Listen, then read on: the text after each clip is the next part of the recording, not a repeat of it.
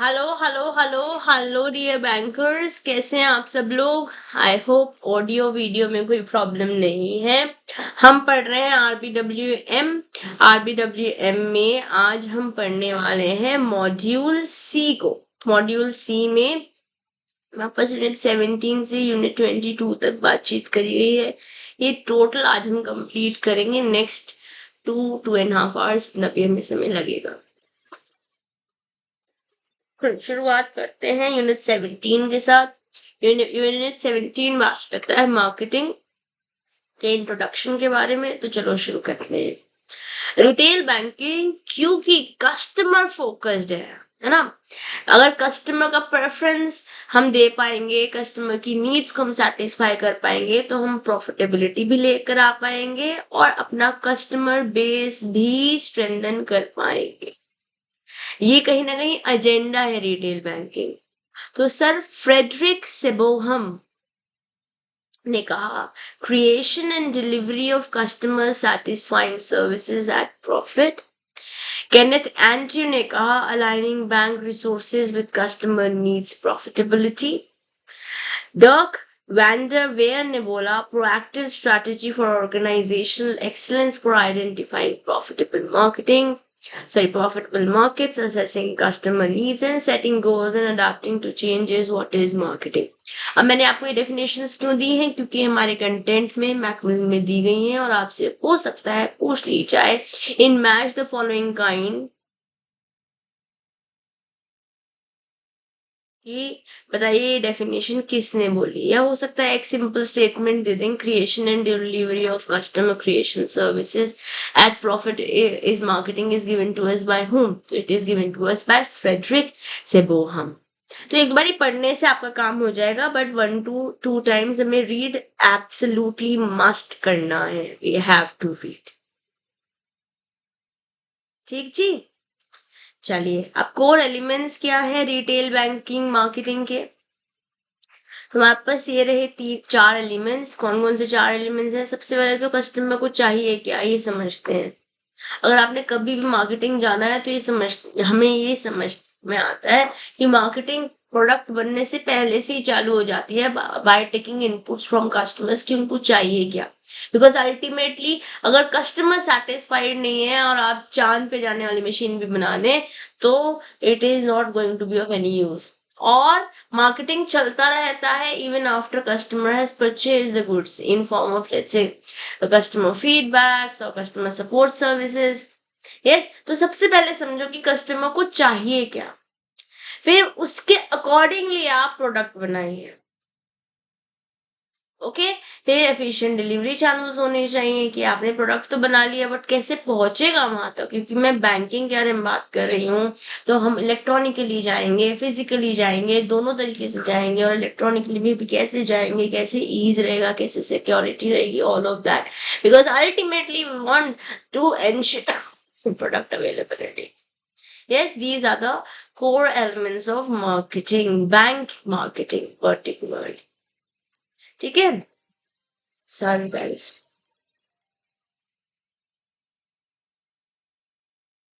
Okay, moving forward. Now, marketing का process क्या है रिटेल बैंकिंग में? सबसे पहले आपको क्या करना है, आइडेंटिफाई करना है प्रॉफिटेबल मार्केट। बिकॉज जो सेगमेंट कस्टमर सेगमेंट ल्यूक्रेटिव है with the product that you have or with the target that you are segmenting or the customer base that you are aiming, है ना, इसको समझना पड़ेगा। फिर कस्टमर की नीड क्या है, आज भी और फ्यूचर में क्या रिक्वायरमेंट्स होने वाली है, क्योंकि हमें अपना प्रोडक्ट अभी तो जो दे रहे हैं वो तो है, बट उसको कैसे इम्प्रूव करने वाला है। Okay, and then ultimately we want to establish business goals. क्या प्लान्स रहेंगे, कैसे हम वहां तक पहुंचेंगे जो हमने सोचा है। यस। एंड जैसे जैसे एनवायरनमेंट चेंज होगा, जैसे जैसे रिक्वायरमेंट चेंज होगी, वैसे वैसे हमें भी अपनी आपको फ्लेक्सिबल करना होगा। Yes, so what are we saying, पहले आइडेंटिफाई करो मार्केट जो ल्यूक्रेटिव हो, जो प्रॉफिटेबल रिजल्ट्स दे। अपनी कस्टमर की नीड्स को समझो, अपने बिजनेस के गोल्स प्लान के साथ अलाइन करो and change with the change. Because if you do not change you will B change like Nokia from the market. Yes. तो अब कस्टमर सेंट्रिक अप्रोच के बारे में बात करें तो हम सबसे पहले ये जानेंगे कि हमारे कस्टमर को चाहिए क्या, बिकॉज हम कस्टमाइज टेलर प्रोडक्ट्स बना रहे हैं। कैसे वहां तक पहुंचाया जाएगा, एक्सेस कैसे रहेगा, how will the customer be able to know use that product. तो ऑफर करना पड़ेगा convenient access channels, and ultimately we want to nurture the relationship, because only when you invest in relationships any which way, चाहे घर में हो, चाहे बाहर हो, चाहे बिजनेस हो, चाहे बैंकिंग हो, अगर आप नर्चर नहीं करोगे तो एक बार तो कस्टमर आ गया है, फिर दोबारा शायद ना आए। और जब एक बार ही कस्टमर आता है और सेटिस्फाई होता है तो 10 लोग को और बताता है, वर्ड ऑफ माउथ से। This is how business grows. This is what is customer centric approach। या now let's go to marketing in retail banking। इसके क्या स्टेजेस और प्रोसेसेस हैं, इसको समझते हैं। सबसे पहले है मार्केट को एनालाइज करना है, मतलब पहले आप अपनी स्ट्रेंथ जानिए, अपनी वीकनेसेस को समझिए, अपॉर्चुनिटीज क्या है मार्केट में वो देखिए, और फिर थ्रेट्स लीजिए। That is what is strength, weakness, opportunities and threats. कहीं ना कहीं जो हमारे स्ट्रेंथ्स और वीकनेस है वो तो इंटरनल एलिमेंट्स है। ऑर्गेनाइजेशन के अंदर रहते हुए आपको ये समझना है कि हमारा बेस्ट क्या है और क्या हमारी कमियां हैं, क्योंकि कमियां पता होंगी तभी तो उसका सुधार कर पाओगे। ये इंटरनल है। ठीक है, उसी तरीके से जो ये अपॉर्चुनिटीज थ्रेट्स हैं, ये ऑर्गेनाइजेशन के बाहर से आप आइडेंटिफाई करेंगे तो आप फर्स्ट मूवर एडवांटेज भी ले पाएंगे। प्लस अगर कोई थ्रेट है, आपका कोई कॉम्पिटिटर आ रहा है लेट्स से फॉर एग्जांपल, तो आप अपने बिजनेस प्लान अकॉर्डिंगली मॉडिफाई कर पाएंगे। ठीक है, एनालाइज करें मार्केट का एनवायरनमेंट, अपने कॉम्पिटिटर्स को, इससे आप स्ट्रैटेजिक डिसीजंस बना पाएंगे, इन्फॉर्म डिसीजन ले पाएंगे अपने ऑर्गेनाइजेशन के लिए। Okay, now once you have analyzed, now it's the time to plan। अब ये प्लान करने का समय जहाँ पे आपको स्ट्रैटेजिक बिजनेस यूनिट्स और गोल्स डिफाइन करने हैं। आपको चाहिए क्या, नेक्स्ट 3 मंथ्स में क्या सोच रहे हैं, क्वार्टरली क्या प्रोग्रेस चाहते हैं, हाफ ईयरली क्या चाहते हैं, इस ईयर का क्या टारगेट है, इस पर्टिकुलर ब्रांच का क्या टारगेट है, इस लेट्स से ज्योग्राफिकल लोकेशन का क्या टारगेट है। फिर उसी के साथ साथ जैसे मैंने बोला कि हमारे को ये तो बताना हमारे गोल क्या है, बट हमें ये भी समझना पड़ेगा क्या हमारे पास थ्रेट्स हैं, क्या हमारी वीकनेसेस हैं, बेसिकली पोटेंशियल चैलेंजेस क्या है। इस समय तो नहीं है बट हो सकता है हो जाए। ठीक है, फिर आपको प्लान्स बनाने हैं कि हर एक प्रोडक्ट का या जो भी ब्रांड्स हैं आपके, उसको how are we going to reach the target audience. Goal तो बना लिया, बट उस गोल तक पहुंचना कैसे है, क्या सॉरी क्या इज हेयर, बट कैसे इज हेयर। ठीक है, फिर स्ट्रैटेजीज बनाइए for targeting, positioning, marketing mix and also खर्चा कितना होने वाला है। एक बार प्लान हो गया, आप करेंगे इम्प्लीमेंट। ये ऐसे शादी नहीं होती घर में, पहले देखते हैं कि किससे शादी करने वाले हैं, फिर शादी फिक्स हो गई, देख लिया कि ये मैच हो गया एटसेट्रा। अब हम शादी की तैयारी शुरू करते हैं कि शादी जो है वो इस साल कर लेनी है, हमें नेक्स्ट ईयर नहीं करनी है, या हम थोड़ा समय लेना चाहते हैं।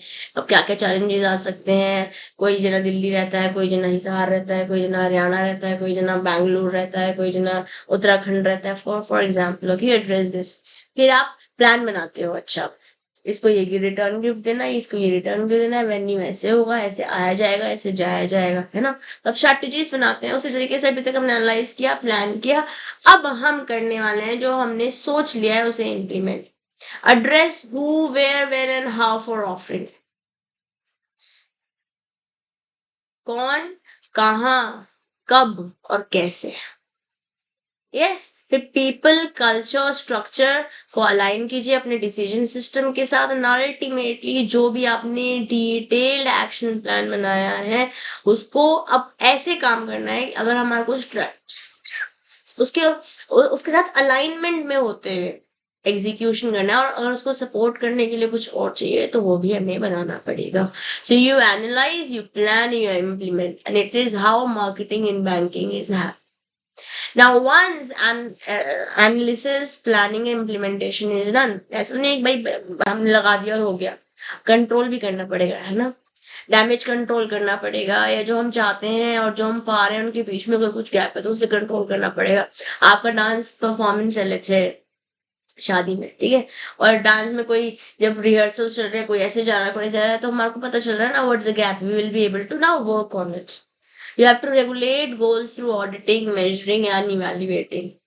Reactive and proactive control methodology से बैंकिंग के एंगल से बता रही हूँ, और इन जनरल भी अगर आप कोई जैसे मान लेते हैं ये टेढ़े हैं बट मेरे हैं, कुरकुरे भी बेच रहे हैं अगर, तो वहां पर भी आपको कंट्रोल तो करना पड़ेगा।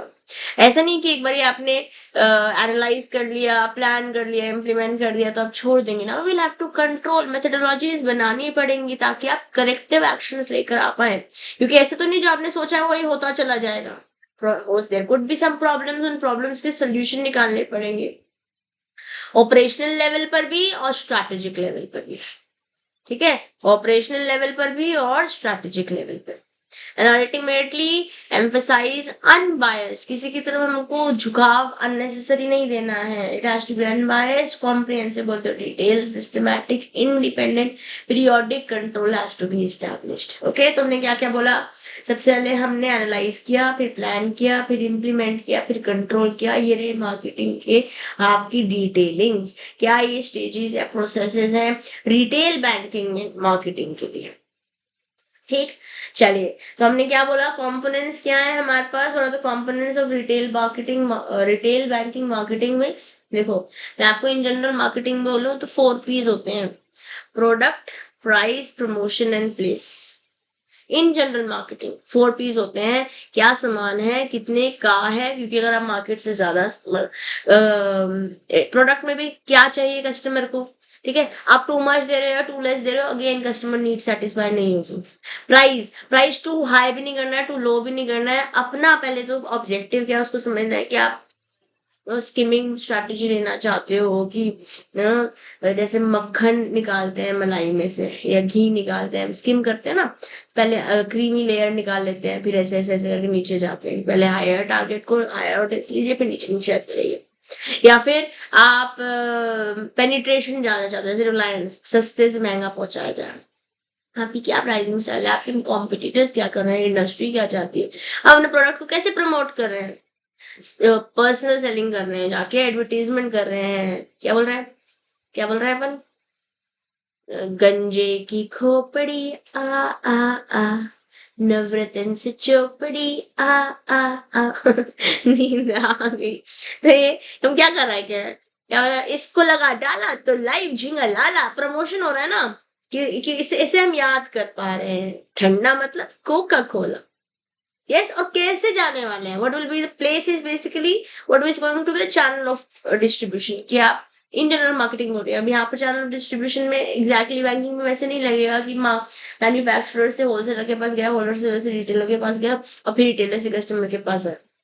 यहाँ पर चैनल डिलीवरी डिफरेंस हो सकता है, फिजिकल हो सकता है, ऑनलाइन हो सकता है, ऑनलाइन में भी कैसे होने वाला हो सकता है, ये चारों हर जगह थे, इंटरनल मार्केटिंग में होता है। अगर आपने कभी भी मार्केटिंग एमबीए में या ग्रेजुएशन में कहीं पे पढ़ी है, बट हमारे पास 3 और मार्केटिंग मिक्स के कंपोनेंट्स हैं जो हमारे को पर्टिकुलरली रिटेल बैंकिंग में मिलते हैं, वो है people, human factor in service marketing, implementers के लिए भी और बेनिफिशियरीज के लिए भी इंपॉर्टेंट है। प्रोसेस क्या लेने वाले हैं, ठीक है, development to delivery, ensuring promises are fulfilled. Okay, जो वादा किया है वो निभाना पड़ेगा, कहने का मतलब है जो वादा किया है वो निभाना पड़ेगा।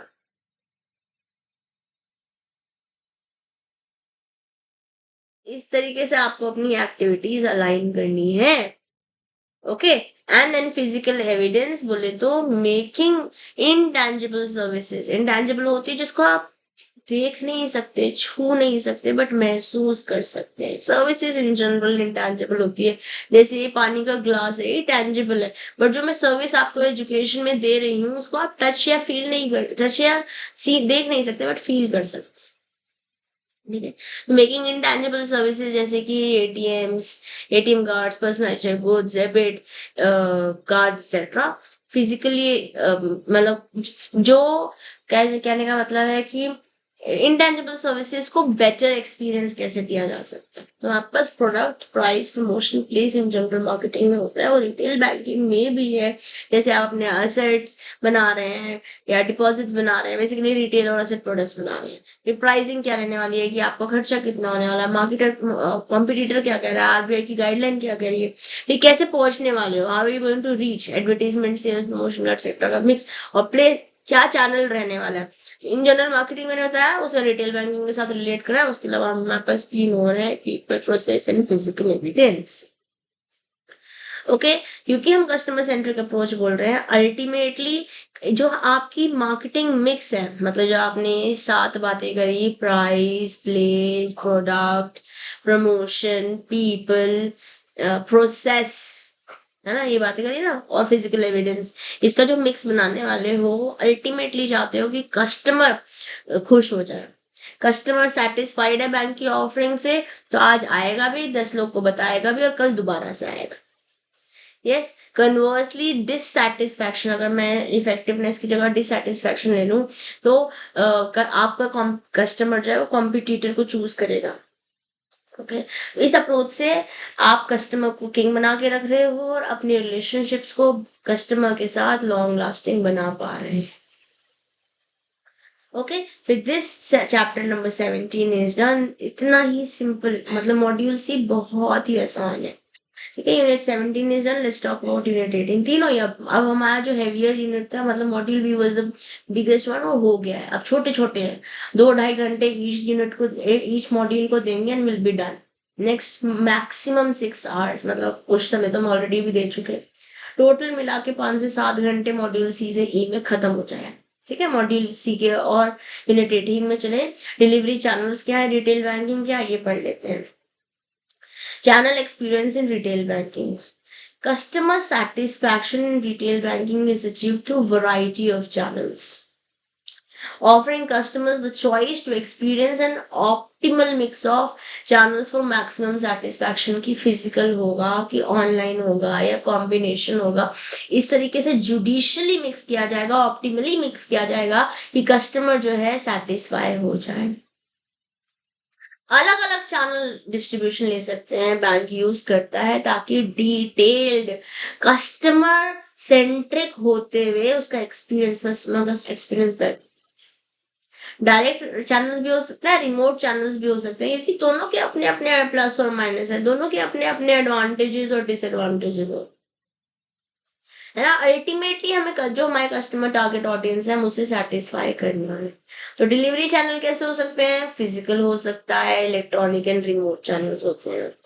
फिजिकल में भी ब्रांच हो सकता है, एक्सटेंशन ऑफ काउंटर्स हो सकता है।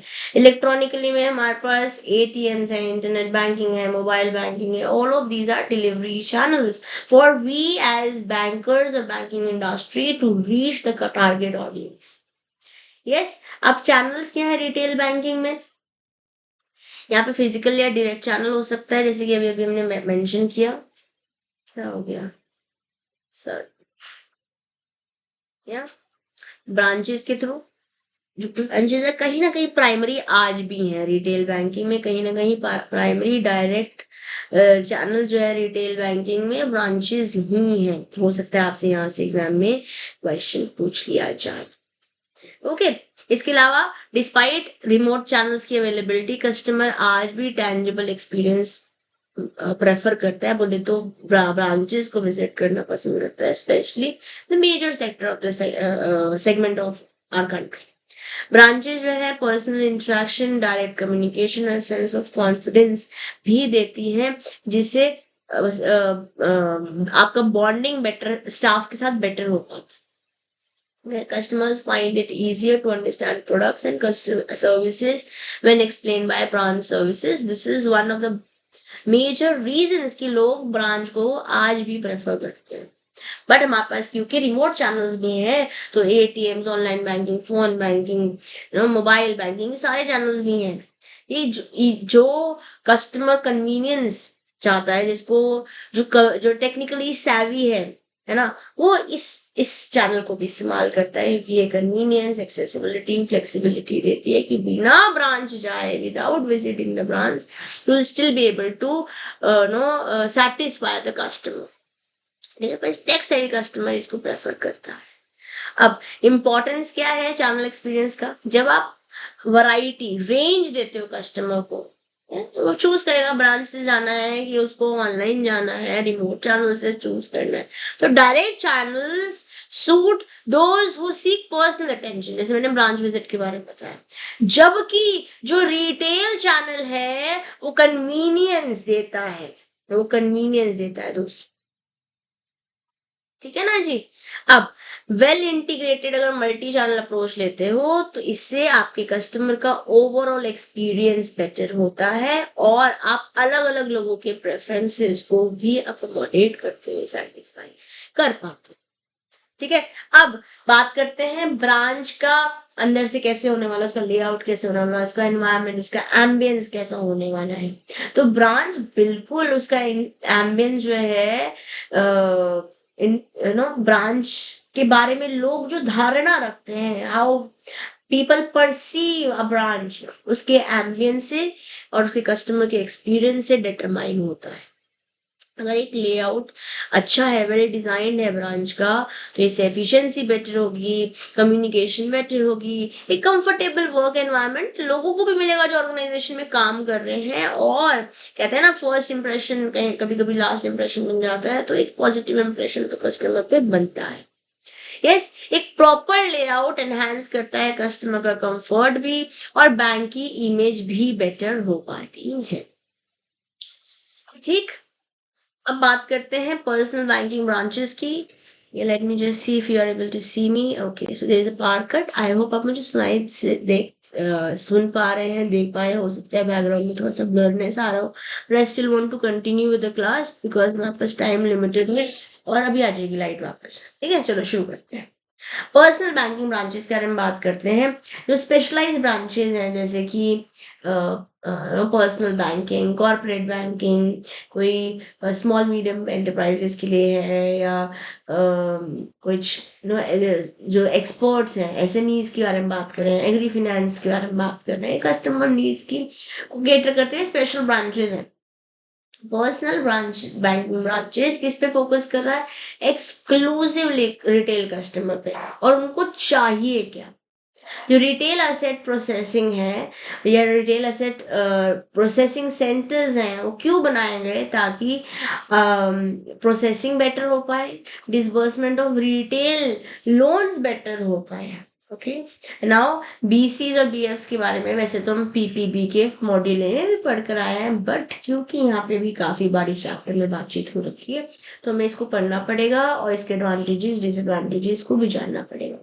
अब जो बीसीज बोले तो बिजनेस करेस्पॉन्डेंट्स हैं, या बीएफ्स बोले तो बिजनेस फैसिलिटेटर्स हैं, ये वो इंटरमीडियरीज हैं जो आरबीआई द्वारा ऑथराइज कर रहे हैं ताकि आप फिनेंशियल इंक्लूजन, मतलब सप्लाई साइड बढ़ा पाए क्रेडिट की, ना लोगों तक पहुंच पाए, financial literacies now creating demand side, जहाँ हम लोगों को बोल रहे हैं कि आप मांग सकते हो, this is what you can take, because when you know it, when you have education about it, when you know about it, you'll be able to ask for it, है ना। तो फिनेंशियल लिटरेसी से demand side बनती है, financial inclusion से supply side बनती है। Financially include हम कर रहे हैं, सरकार कर रही है, बैंकर्स कर रहे हैं, ताकि हम ऑडियंस तक, मैक्सिमम ऑडियंस तक पहुंच सके, जो नॉट सर्व्ड या अंडर सर्व्ड ऑडियंस है, टारगेट ऑडियंस है, उन तक पहुंच पाए।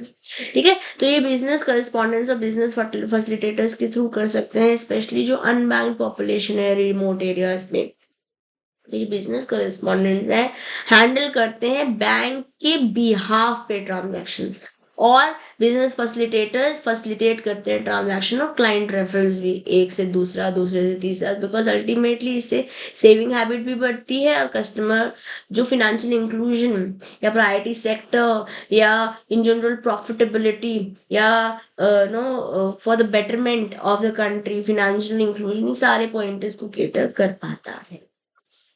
तो जो बिजनेस करेस्पॉन्डेंट्स हैं या बिजनेस करेस्पॉन्डेंट चैनल्स हैं उसकी क्या एडवांटेज है, सबसे पहला तो जैसे कि मैंने बोला कि जहाँ बैंक्स नहीं है, जो रिमोट एरियाज हैं, अनबैंक्ड एरियाज हैं, बिना नया ढांचा ब्रिक मॉडल स्ट्रक्चर क्रिएट करे आप ज़्यादा जल्दी पहुंच पा सकते हैं।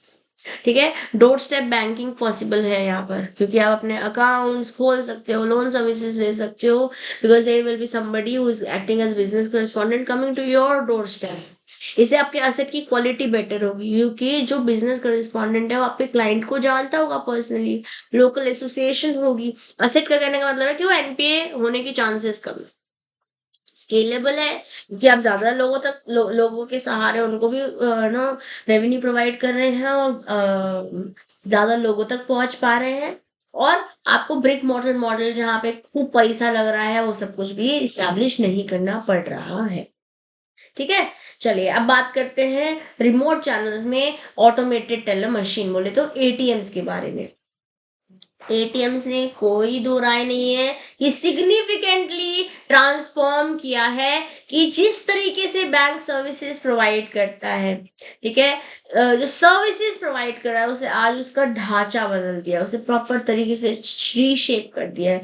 एटीएम्स ने मार्क किया है इनिशिएशन ऑफ रिमोट चैनल्स, जिससे कस्टमर का फिजिकल ब्रांचेस पे जाने का रिलायंस या जो इंक्लिनेशन था वो कहीं ना कहीं कम हो गया है।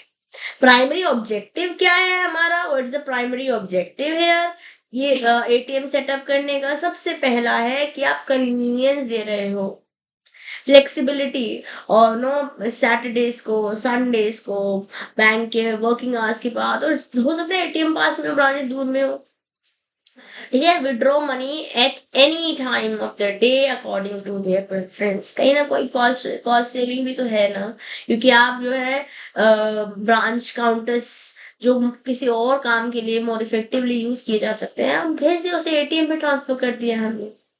अब एटीएम दो मेन टाइप दो मेन टाइप के हैं जो अपने आपके रिटेल कस्टमर्स को केटर करते हैं। एक है ऑन साइट एटीएम्स, एक है of site ATMs. On site is की बैंक के प्रीमाइसेस में ही उन्होंने एटीएम बना रखा है, बैंक के बाहर मतलब बैंक के एंट्री गेट है ये भी एटीएम बना रखा है, पैसे निकालो वो भेजना है भेज दो, बैलेंस इंक्वायरी करनी है वो भी कर सकते। But on off site ATMs ये ब्रांच से थोड़ी दूर है, वहां लोकेटेड है जहां ज्यादा लोग आते हैं, जैसे लेट्स से किसी मॉल में, या नो जहाँ फुट स्टेप ज्यादा है। Without visiting the branch you will be able to cater your needs, ठीक है, अपने कस्टमर की नीड को आप सेटिस्फाई कर।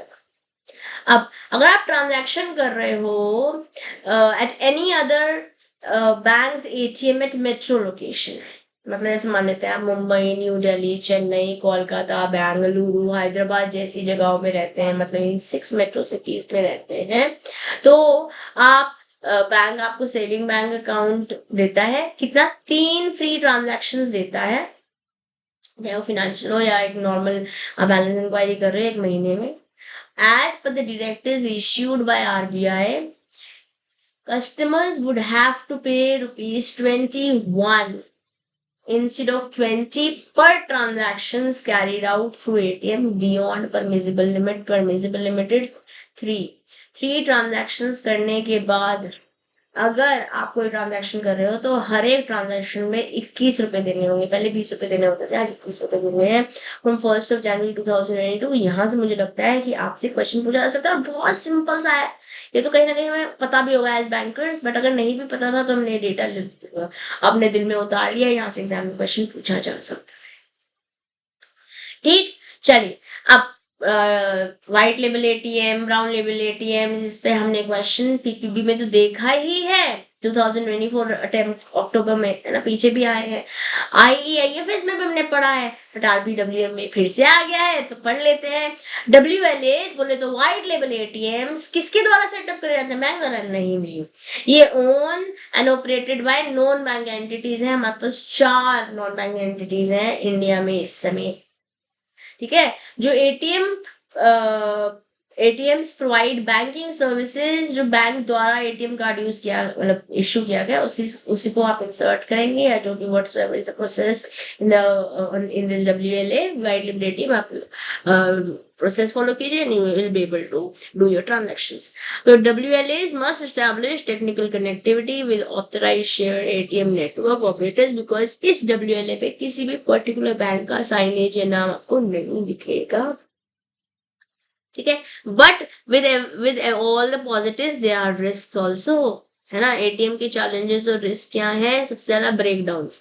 अगर लाइट नहीं आ रही है, नेटवर्क नहीं है, या एंटी मशीन ब्रेकडाउन हो गया तो कस्टमर तो डिससेटिस्फाइड, अरे कैश नहीं है, ठीक है. कैश डिस्पेंशन डिस्क्रिप्शन हो सकता है. Low but impactful complaints about incorrect cash dispensation, ऐसा बहुत ज्यादा तो ऑब्जर्व नहीं किया गया, बट अगर मान लेते हैं आपने बोला कि मेरे को चाहिए 10,000 रुपए, आए से 9,500, तो 500 रुपए का प्रॉब्लम हुआ ना, इस पे डिस्क्रिपेंसी हो सकती है. कैश आउट सिचुएशन हो सकता है. तो कैश आउट सिचुएशन तो खैर अगर 10 आवर्स से ज्यादा है तो आपको पता है कि हर एक बैंक पे, हर एक उस एटीएम पे एक महीने में they are charges that are levied, but वो तो पेनल्टी हुई, बट अल्टीमेटली रिस्क है, ये चैलेंज है. ओके. आपके कस्टमर कस्टमर पर आपके बैंक के रेप्यूटेशन पे इम्पैक्ट आता है, ठीक है. क्वालिटी ऑफ नोट्स, एंश्योरिंग कि जो एटीएम है वो क्लीन, न्यूली मिंटेड या एटीएम फिट नोट्स होना जरूरी है.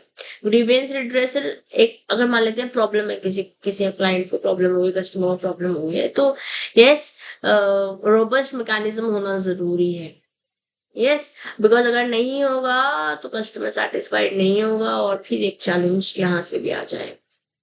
Okay, now let's talk about harmonisation of TAT, बोले तो turn around time and customer compensation. चलिए इसको समझते हैं, ताकि कस्टमर का कॉन्फिडेंस आपके बैंक पर, है ना. या अगर मान लेते हैं कि किसी कस्टमर ABC 3 लोग हैं, इन तीनों तो कस्ट ये कर गए थे ट्रांजैक्शन करने के लिए, इनका ट्रांजैक्शन फेल हो गया.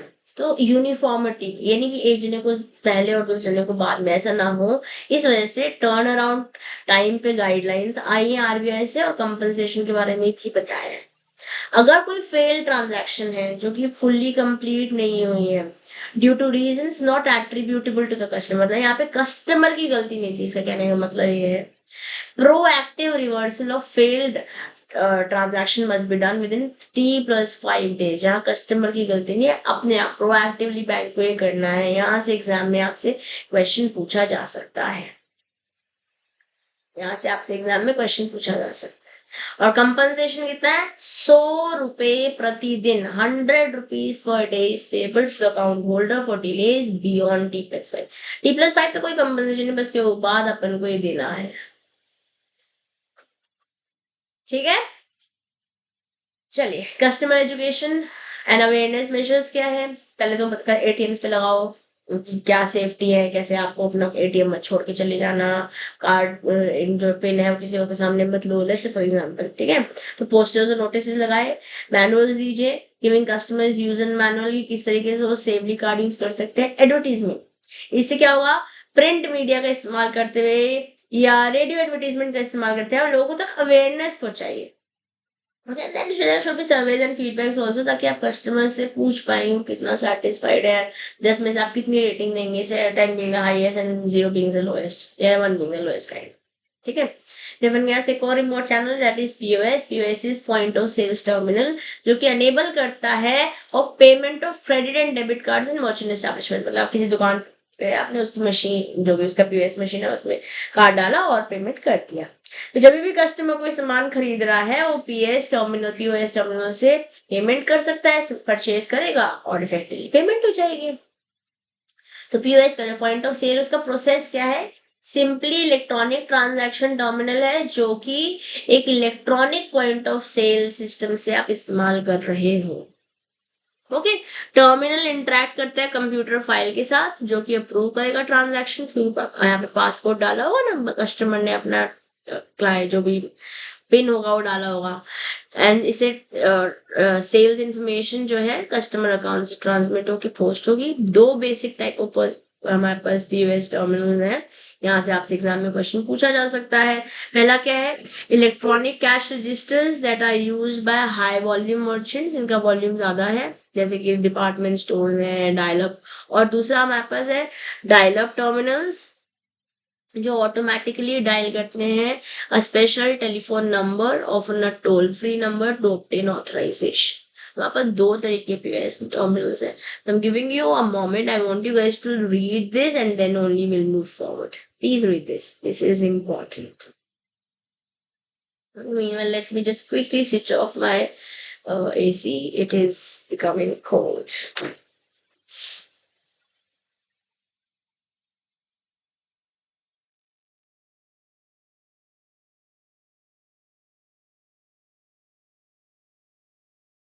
चलिए, now let's talk about internet banking. इससे पहले कि हम डिफरेंट एस्पेक्ट समझे इंटरनेट बैंकिंग का, ये जानना जरूरी है, it is pertinent to go through the classic observation of mister Ernest T Parkins, who was the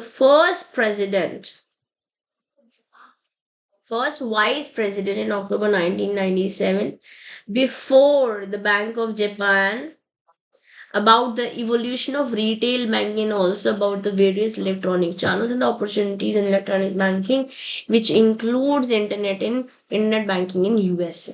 तो इन्होंने क्या ऑब्जर्वेशन बताई, किसके किसके द्वारा ऑब्जर्वेशन है, जापान में जो फर्स्ट वाइस प्रेसिडेंट थे 1997 में, by mister Ernest T Parkins. ठीक है, किस तरीके से इवोल्यूशन हुआ रिटेल बैंकिंग का, इन्होंने क्या ऑब्जर्व किया, या इन्होंने बोला आरबीआई हैज, ओके, इन्होंने ऑब्जर्वेशंस दी। ठीक है, फिर इसके बाद हमारे पास आरबीआई ने कोडिफाई किया different concepts of internet banking. जो इम्पोर्टेंट ऑब्जर्वेशंस जो हमारे को अर्नेस्ट टी पार्किंग के दिखाई दिए, ये दे रखे हैं in the reports of internet banking and is edited and reproduced. क्या है फीचर्स ऑफ ऑनलाइन बैंकिंग, आप अपने ऑनलाइन स्टेटमेंट से देख सकते हो कि आप पैसे आए क्या गए, क्या स्टेटमेंट है बेसिकली। एफडी खोल सकते हो, यूटिलिटी बिल पे कर सकते हो, कोई बिजली का बिल, कोई पानी का बिल। ठीक है, मर्चेंट पेमेंट्स कर सकते हो, पैसे भेज सकते हो, चेक बुक ऑर्डर कर सकते हो, कोई इंश्योरेंस खरीद सकते हो, और प्रीपेड मोबाइल और डीटीएच रिचार्ज भी कर सकते हो। मोबाइल बैंकिंग भी is one of the remote channels जो एक फैसिलिटी है कस्टमर को दे रहे हैं टू इनिशिएट और perform bank task on mobile phones. Tick, tick, tick, tick. Yeah. So this is provided by most of the banks in India and also in abroad. Customers mobile का इस्तेमाल कीजिए, mobile banking का इस्तेमाल करें ताकि आप अपने अकाउंट की बैलेंस दे सकें, कोई पैसे भेजने इंस्टेंटली भेज सकें, कोई बिल पेमेंट करनी है तो वो भी कर सकते हैं। Then you have IMPS. IMPS full form क्या है, immediate payment service. 24/7 electronic fund transfer कर सकते हो, मिनिमम ₹1 चाहिए, मैक्सिमम ₹2 लाख हो सकते हैं। यहाँ पे ट्रांजैक्शन दो बैंक अकाउंट्स में रियल टाइम, मेरे अकाउंट से चिंग हुआ बोले तो माइनस हुआ, आपके अकाउंट में चिंग हुआ बोले तो आपके अकाउंट में क्रेडिट। ठीक है, IMPS transfer can be done through online banking as well as mobile banking. ये ब्रांच विजिट से नहीं होता है, ये 2010 में लॉन्च हुआ था, आप एग्जाम में पूछेंगे ये 2005 में लॉन्च हुआ था, एक स्टेटमेंट देंगे one of the 4 statement, you should know that it was launched in 2010। Okay, तो आईएमपीएस ट्रांजैक्शन की लिमिट क्या है, 5 lakh, however it may vary from bank to bank. मैंने अभी 2 लाख बोला, यहाँ पे फंड आरबीआई ने बोला है 5 lakh, but bank to bank हो सकता है, मेरे बैंक में तो 2 ही लाख है, मिनिमम यूजुअली एक रहती है। अगेन ये बैंक टू बैंक वेरी हो सकता है। यूपीआई एक ऐसा सिस्टम है, what is UPI, unified payment system, एक ऐसा सिस्टम है जो कि पावर करती है मल्टीपल बैंक अकाउंट को, मतलब मेरा कोटक का अकाउंट, एक्सिस का अकाउंट, सिटी का अकाउंट, आईसीआईसीआई का अकाउंट, एक सिंगल मोबाइल एप्लीकेशन से मैं ले सकती हूँ, कौन से अकाउंट से मुझे पैसे भेजने हैं मैं उसको चूज कर सकती हूँ। सेवरल बैंकिंग फीचर्स है, सीमलेस फंड राउटिंग है और मर्चेंट पेमेंट्स, एक ही अम्ब्रेला के अंदर ये सब कुछ मिल पाएगा into one hood, that is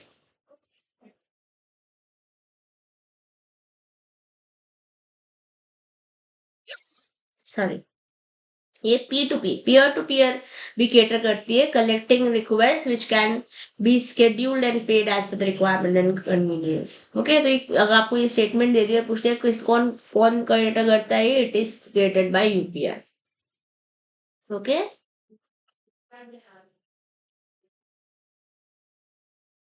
ठीक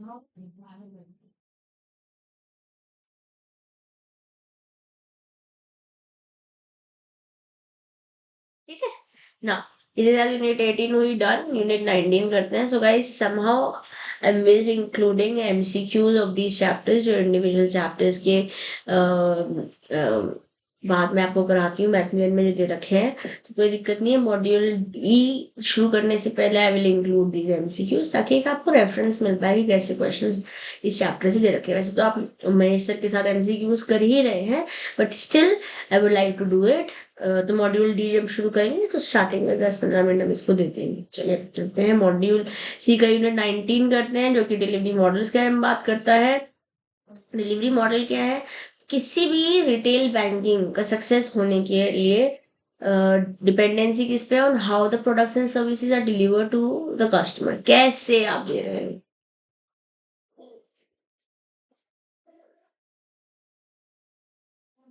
ओके, तो डिलीवरी इफेक्टिवनेस, क्योंकि हम पूरा चैप्टर ही डिलीवरी में बात हो रही है, तो कैसे आप दे रहे हो in physical channel is determined more by person who are delivering the services. कौन दे रहा है, कैसे दे रहा है, डिपेंड करेगा कौन दे रहा है। दो टिपिकल मॉड्स है हमारे पास, फिजिकल और रिमोट है। वैसे तो थोड़ी थोड़ी बातें हम यूनिट 18 में करके आए हैं, बट इस चैप्टर में डिटेल में बात हो रखी है। तो आज कस्टमर जो है फाइनेंशियल सर्विसेज अवेलेबल कराना चाहता है या डिमांड करता है, and deliver to them seamlessly and ambiguously, बोले तो being everywhere at the same time। Retail banking customer oriented business model है, क्योंकि हम इंडिविजुअल पे फोकस कर रहे हैं, और इसकी सक्सेस डिपेंड करेगी कैसे प्रोडक्ट और सर्विसेज डिलीवर हुई। Of course delivery channel physical और रिमोट दोनों हो सकते हैं, और एक इम्पॉर्टेंट रोल प्ले करता है in the delivery paradigm. Yes, but delivery effectiveness in physical channel is determined more by persons who are delivering. Of course, online में तो वो पर्सन का रोल नहीं इतना ज्यादा है, क्योंकि वहाँ पे ऑटोमेशन या एआई का रोल भी आ जा रहा है। बट फिजिकली जब आप ब्रांच जाके ट्रांजैक्शन कर रहे हैं, किसी कस्टमर को फिजिकली केटर कर रहे हो, तो यस वहां पर पर्सन का रोल इम्पोर्टेंट हो जाएगा। जब मैं इलेक्ट्रॉनिक चैनल की बात कर रही हूँ, ATM, net banking, mobile banking, तो ह्यूमन इंटरवेंशन है ही नहीं, अगर है तो कम है। तो delivery request is made through machine और ऑनलाइन सोल्यूशंस। और जब मैं फिजिकल चैनल से बात करनी हूँ, जैसे कि ब्रांचेस या डायरेक्ट मार्केटिंग, तो यहाँ पे जो इंडिविजुअल यहाँ पे पर्सनल स्टाफ इन्वॉल्व है, वो सर्विस प्रोसेस बहुत इंपॉर्टेंट है, ताकि कस्टमर जो है उसका रिलेशनशिप भी अच्छा हो और वो लॉयल भी रहे आपकी ऑर्गेनाइजेशन, आपके बैंक के साथ। तो दो तीन इंपॉर्टेंट हमारे पास तीन इंपॉर्टेंट ह्यूमन इंटरवेंशन है फिजिकल के चैनल्स के। एक है internal customer, staff of the branch, जो मतलब ऑर्गेनाइजेशन के पर्सोनल लेवल है, आपके बैंक में काम करते हैं, तो वही है। दूसरा स्पेशलाइज मार्केटिंग पर्सोनल, और तीसरा है डीएसएस, जिसने डीएसए लाइसेंस ले रखा है और ये कस्टमर्स लेकर ऑफ कोर्स बैंक से उसे पास बैक मिलता है। ये तीन इंटरवेंशन है फिजिकल चैनल के। हो सकता है यहाँ से एग्जाम में आपसे क्वेश्चन पूछ लिया जाए और उनसे क्यों पूछा जा सकता है। ठीक है, चलिए। In many of the public sector banks retail banking is carried on as only a separate department activity and not a strategic business unit. बहुत सारे पब्लिक बैंक्स में आज भी ऐसे ही होता है। ओके, डिलीवरी सर्विसेज हम ब्रांच से कर सकते हैं, बियॉन्ड ब्रांच भी हो सकता है। ब्रांच में ब्रांच स्टाफ और डेडिकेटेड मार्केटिंग मैनेजर्स रहेंगे, और बियॉन्ड ब्रांच में डीएसएस तो डायरेक्ट सेलिंग एसोसिएट्स आते हैं। इंटरनल कस्टमर्स या स्टाफ एट ब्रांच लेवल बोले तो, जो हमने पीछे देखा, या ओके, तो क्या है ये रिटेल बैंकिंग डिलीवरीज में staff members of the branch play very important role पूरे डिलीवरी प्रोसेस में, क्योंकि ये रिस्पॉन्सिबल है एंड टू एंड सर्विसेज के लिए। और अगर कोई भी खामियाजा होगा, यस, कोई भी डिससेटिस्फैक्शन है कस्टमर का, तो it is pointing on to the people who are there in the branch. तो सारे ही स्टाफ मेंबर्स का एजेंडा है, फोकस है टू अप्रोच जो है मेंबर्स जो यूज कर रहे हैं, स्टाफ कर रहे हैं, वो अल्टीमेटली इफेक्टिव डिलीवरी पर ही है। For efficient service, delivery staff should possess the following characteristic. समझो कस्टमर को चाहिए क्या, उसकी लेवल ऑफ इनकम क्या है, उसका फाइनेंशियल प्रोफाइल क्या है, उसकी नीड क्या है, उसकी रिक्वायरमेंट क्या है। ओके, और फाइनेंशियल प्रोडक्ट और किस लाइफ स्टेज में है वो। फिर क्रॉस सेलिंग पे डेडिकेटेड टॉपिक है हमारे पास, मैं बात करूंगी उसके बारे में। थोड़ी बहुत बातें अभी तक हम करके आए हैं, उसी को भी समझते हैं। Cross selling the right product to match the requirements. Post sale services, because मैंने क्या बोला, मार्केटिंग शुरू हो जाती है प्रोडक्ट बनने से पहले, बट कस्टमर खरीद चुका है उसके बाद भी चलती रहती है। ओके, कस्टमर के साथ एम्पथाइज करो भाई, आप उसके जूते में पैर रख के देखो कितनी परेशानी में है, उसके पर्सपेक्टिव से समझो। क्योंकि जब आप ऐसे करेंगे तो एम्पैथी से काम ज्यादा अच्छे से हो पाएगा। अंडरस्टैंड प्रोडक्ट के फीचर्स क्या है जो आप प्रोडक्ट ऑफर कर रहे हो एज बैंकर्स, उसका सर्विस पर्सपेक्टिव क्या है, और फिर कन्विक्शन दो कि भैया what you are asking is what we are serving, you are in good hands. और बैंक के प्रोडक्ट में कन्विक्शन होना जरूरी है for right selling and better products and service delivery. Of course mis selling नहीं करना है। जो एटीट्यूड है कस्टमर सर्विस का and concept of team in customer delivery is going to play an important role here. Okay, now let's talk about, ये तो था इन branch, एक तो हमने स्टाफ के थ्रू लिखा है, डेडिकेटेड मार्केटिंग मैनेजर्स के लिखा है, और बियॉन्ड ब्रांच में हम डीएसएस का इस्तेमाल करेंगे बट अभी क्योंकि ब्रांच के अंदर बात कर रहे हैं तो डेडिकेटेड मार्केटिंग मैनेजर्स अपॉइंट करे जाते हैं इंटरनल ह्यूमन रिसोर्स जैसे, मतलब बैंक के ही एम्प्लॉई हैं ये स्पेशलिस्ट मार्केटिंग मैनेजर्स हैं, मतलब इन्होंने से एमबीए कर रखा है मार्केटिंग में, जो कि यंग एनर्जेटिक है, कैंपस से जनरली रिक्रूट होते हैं आईएम्स एक्सेट्रा से। Some banks appointed them in junior management and some others in middle management. हमारे पास डीएस है जो कि बियॉन्ड ब्रांच है।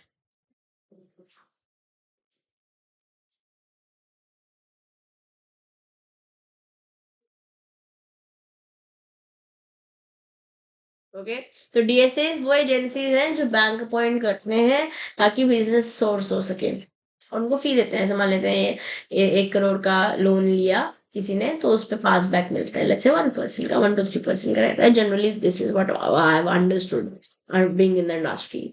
डीएसएस प्राइमरी एंगेज होते हैं in sourcing credit cards and retail loans. मैं आरबीआई से बात नहीं, कौन सी आरबीआई से नहीं, पर्टिकुलर बैंक का नाम से फोन आता है आपको, let's say. Okay, the employees of DSAs mis-sell credit card products and make customers fall in debt trap by misusing the card. This is a problem. This is a problem. क्योंकि उनको पास पास back मिल रहा है ना। Same in case with mis-selling of retail loans. In this space, the pricing for loans are not explained clearly. Ultimately, this will result in dissatisfaction for customers and reputation of bank will be at risk.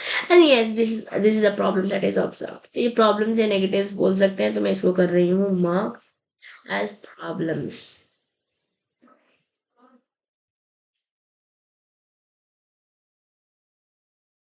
ठीक, अब same in case of miss selling of retail loans, ये तो बता दिया। Ultimately okay, reputation risk is always a threatening factor in DSA model. This is a true statement, आपको statement पूछ लेंगे और बता देंगे कि ट्रू है कि फॉल्स है। This is a true statement, इसमें कोई दो राय नहीं है। ओके, डीएसएस फोकस करते हैं प्योर सेलिंग बाय पुशिंग, ले लो। Okay, and then effective marketing are verifying the needs of the customer and their actual requirements. Now let's talk about co-lending model. Co-lending, RBI ने issue किया है co-lending by banks and NBFC, especially in priority sector. ये 2020 में आया था, इसकी date circular का date ये रखा है।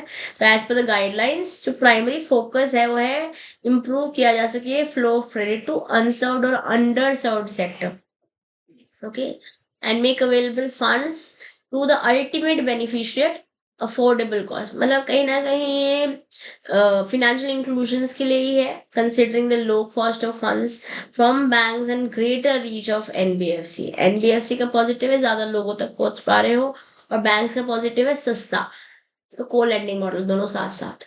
ठीक है, तो जो न्यू स्कीम है को लेंडिंग मॉडल की, under which banks are permitted to co-lend with all RBI registered NBFC, चाहे इसमें एचएफसी हो, हाउसिंग फाइनेंस कंपनी हो, प्रायर अग्रीमेंट पे बेस्ड रहते हैं।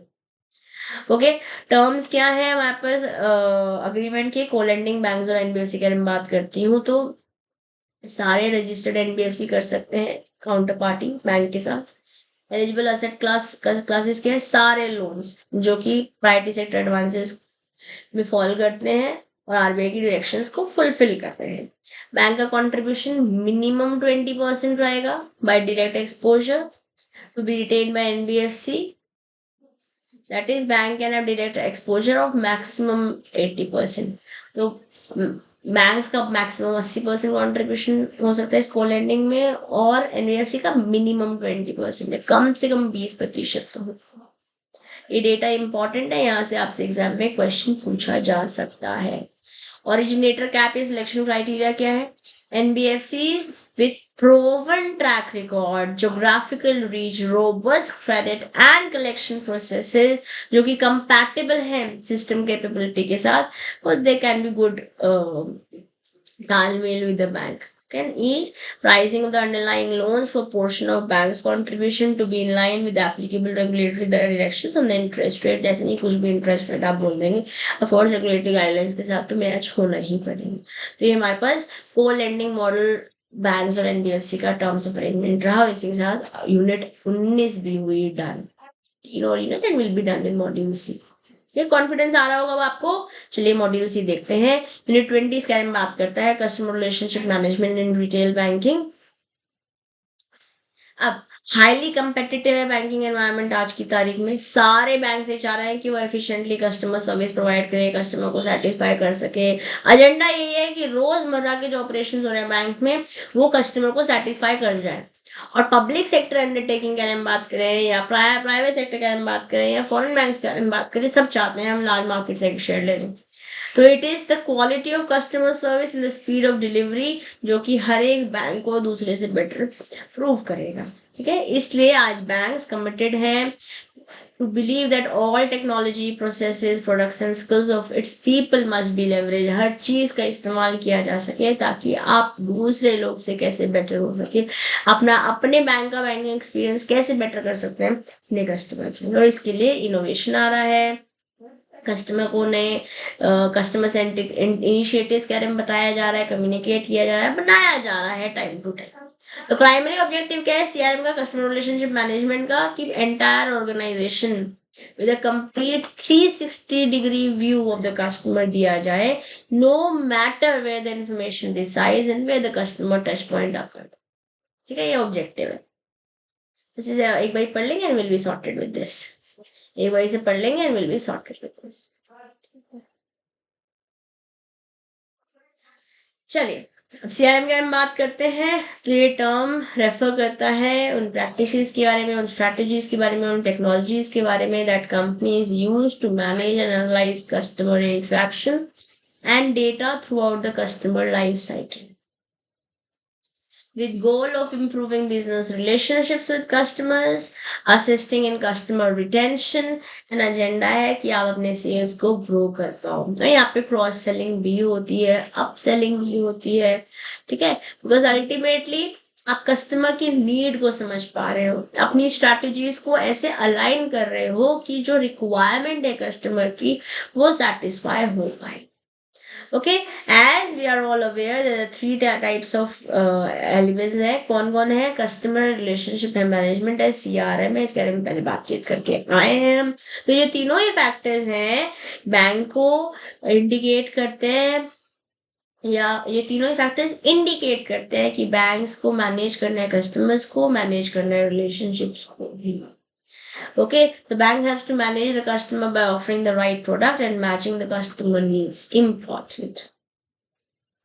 तो ये तो आपने कस्टमर को मैनेज कर लिया, आप रिलेशनशिप को कैसे मैनेज करोगे? रिलेशनशिप कस्टमर के साथ क्या होगा? क्वालिटी, सर्विस ऑफ क्वालिटी जो दे रहे हो वो कस्टमर के एक्सपेक्टेशन से मैच होनी चाहिए। ओके, इसी से कस्टमर सेटिस्फाई होगा। सीआरएम बेसिकली 360 डिग्री व्यू है, जैसे कि हमने बताया ऑफ द कस्टमर्स, उसकी उनकी प्रोफाइल कैसे चेंज हो रहा है, उनकी रिक्वायरमेंट, और फिर उनकी रिक्वायरमेंट के साथ उसके प्रोडक्ट्स और सर्विसेज को ऑफर करना। क्रॉस सेलिंग होगी, यहाँ पे अप सेलिंग भी होगी। अल्टीमेटली हम चाहते हैं हमारा कस्टमर खुश रहे, keeping him happy for ever. Okay, तो कुछ डायनामिक्स है हमारे पास सीआरएम के, उनको समझते हैं। This would be achieved by systematic and technology practically oriented processes, मतलब जो आपके बिजनेस में मॉडल्स आप लगा रहे हो, जो आप प्रोसेसेस लेकर आ रहे हो, आपको इस तरीके से डिजाइन करना पड़ेगा कि जो कस्टमर की नीड है उसे सेटिस्फाई आप कर पाए। कुछ स्टेजेस है सीआरएम इनिशिएटिव्स के। सबसे पहले है कस्टमर सेंट्रिसिटी, कस्टमर को चाहिए क्या। इस बात के लिए आप पूरे स्टाफ मेंबर्स को ऑन बोर्ड ले लो। पहले तो all of you should be aligned. Customer की प्रोफाइल को कैप्चर करो टेक्नोलॉजी एनेबल्ड मॉडल्स के साथ। 360 डिग्री व्यू देखो चाहे कस्टमर को क्या चाहिए। इसे dissecting the profiles into common information buckets की। इस ये तरीके के लोग हैं जिनकी 20 से 25 हज़ार रुपये सैलरी है, 20-30 हज़ार रुपये सैलरी है, इनको ये चाहिए, this is what is required और this is what is not they are looking forward. ठीक है, तो बकेट्स बना रहे हैं। डिजाइनिंग सूटेबल प्रोडक्ट्स, ताकि आप अकॉर्डिंगली इंफॉर्मेशन जो आपके पास है, डेटा आपने जो माइन किया उसके accordingly will be able to take decisions. Products बना पाओगे या सर्विसेज ऑफर कर पाओगे उस सेगमेंट को, जिस सेगमेंट को आपने बेसिकली कैटेगराइज किया है। ओके, और राइट प्राइसिंग में ले पाओगे। Providing the right sales and services processes to achieve total customer satisfaction. Response time कम करो, अगेन कस्टमर को सेटिस्फाई करना है। कस्टमर की इंफॉर्मेशन को ट्रैक करो, नए प्रोडक्ट्स नए सर्विसेज डायनेमिक रिक्वायरमेंट जो उनकी चेंज के साथ जो चेंज हो रहा है उसके साथ आपको चेंज होना पड़ेगा। और इस्टेब्लिश करो एक healthy relationship comprehensive detailed customer profile के साथ। ठीक है, तो इसको एक बार पढ़ने से चल जाएगा काम। क्वेश्चन आएगा अगर एप्लीकेशन बेस्ड भी तो आप कर लेंगे, इसको रट्टा नहीं लगाना नहीं। तो 3 डायमेंशन एसेंशियल है कस्टमर रिलेशनशिप मैनेजमेंट को ऑप्टिमाइज करने के लिए। सबसे पहले customer new acquisition of new customer, जो कि इमीडिएटली प्रॉफिटेबल है बैंक के लिए। अब न्यू कस्टमर आएगा सब आपको रिटेन करना है, वो मोस्ट प्रॉफिटेबल लॉन्गेस्ट ड्यूरेशन तक है। Okay, then you have to expand the customer relationship कि आपका ऑलरेडी 6 लाख का लोन चल रहा है, बढ़िया आपका ईएमआई आ रहा है एक्सेट्रा, वापस करके आप ये सब कुछ 4 लाख का हो। Yes, so what is happening? Expansion of customer relationship with banks, encouraging more purchases, shifting the less profitable customer to lower cost delivery channels. क्योंकि ऑलरेडी आपका कस्टमर एक्वायर्ड है ना, इसलिए एक्सेप्ट मतलब कस्टमर को लाने का खर्चा अब आपका नहीं है। ये प्लस 3 डायमेंशन है जो मैं आपको देती हूँ थोड़ा सा समय। I want you guys to read this. Read कर लेंगे हो जाएगा, रट्टा हमको लगाना नहीं है। Okay, just read, but is definitely important. ठीक, पढ़ लीजिए एक बारी।